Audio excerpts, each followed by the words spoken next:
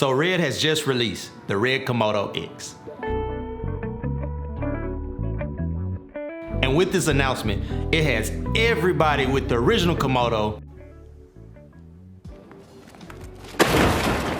trying to sell it or asking the question, should they upgrade?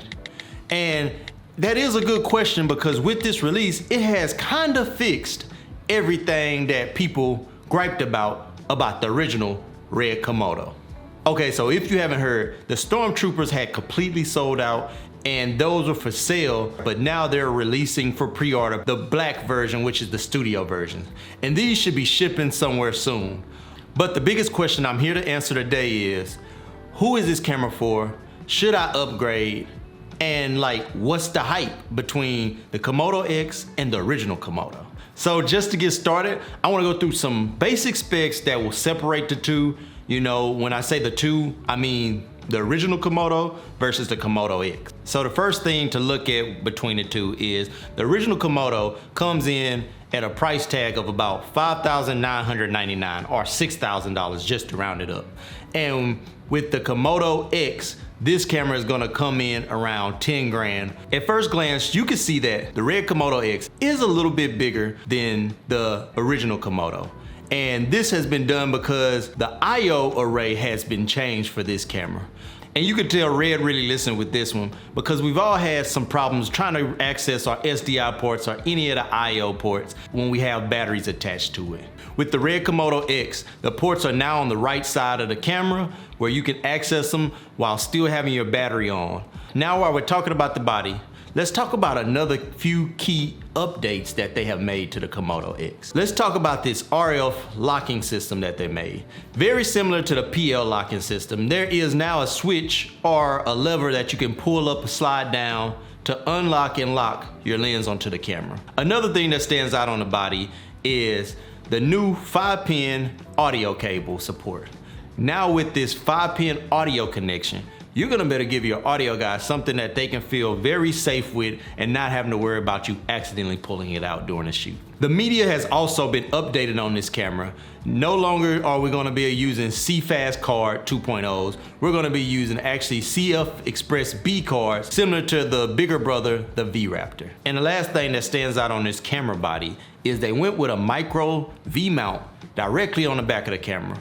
This is very great for a lot of filmmakers, because with our original Komodos, most of us adapted them to use V-mounts, and now they're gonna give you access directly to the V-mount on the back of this camera. This is one plus. Like I said, Red has really been listening to creators and us who have been using them, and they're trying to give us a camera that can fix or solve some of the problems that some of us want and have. So enough of talking about the body. Let's get into the shooting specs of this camera and what it can do. So inside the Red Komodo X, we're gonna get 6K at 80 frames per second. You can go 4K at up to 120 frames per second. And if you wanna crop into 2K, you can get 240 frames per second. This is crazy, this is amazing. This is one of the things for me that with my Komodo, sometimes I'm looking for 60 frames, but I don't want to punch in on the camera. And now they're actually gonna up that and give us 80. So this is one of the points that, like, when I seen this camera, I'm like, they're putting their all into this Komodo X. One of the next things I was looking at is this camera still gonna be global shutter? And yes, this camera is still a global shutter camera. The next question for a lot of us when this camera was announced was, is it going to be the same sensor? And that was answered. This is not the same sensor as the original Komodo. This is actually a new sensor. The reason that it couldn't do an update on the original Komodo is because of the sensor. So we're actually gonna get a new sensor. What I'm hoping for is that this sensor is closer to the V-Raptor, which is the bigger brother, and that we're gonna get some of those better holding shadows and actually get a better low light system with this camera. And this one that excites me and probably excites you too is that the Red Komodo X is actually going to support the DSMC3 accessories. Some of the things that I wish I could change sometimes with the original Komodo is having so many cables going around it. It's like just so much sometimes on such a small body. Another thing is they added a USB-C port, and this is great for you guys who want to do some live streams and want to do anything with the Red Control app that they just released. Now, the question that everybody looks at and want to see is, who is this camera for? I'm kinda in between right now, and I'm gonna be like that until I can get my hands on it and actually try out this camera.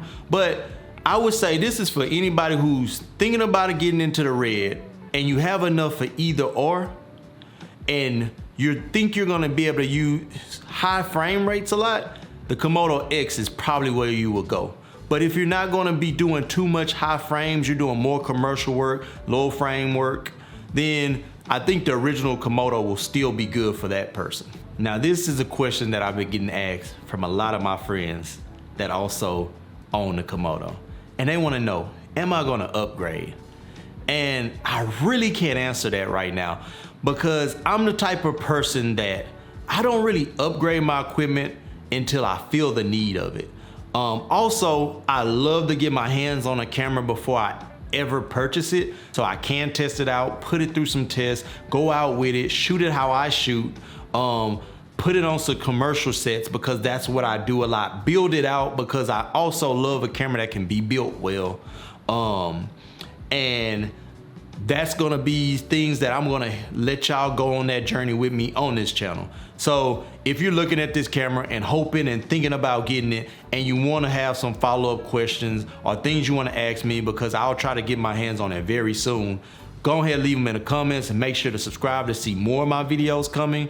And if you wanna see things on the original Komodo, make sure to subscribe and ask questions in the comments because I am gonna run more tests on the original Komodo. I have been working with that camera for the last 2 years, and trust, I've put it through its paces. I've shot feature films with it, I've shot commercials, documentaries, pretty much anything you can think of, YouTube, and I've even vlogged with it just to try it out. So if you have questions, let me know. Hit that subscribe button and let's join up and make this community better. So thanks for watching and see you in the next video. Peace.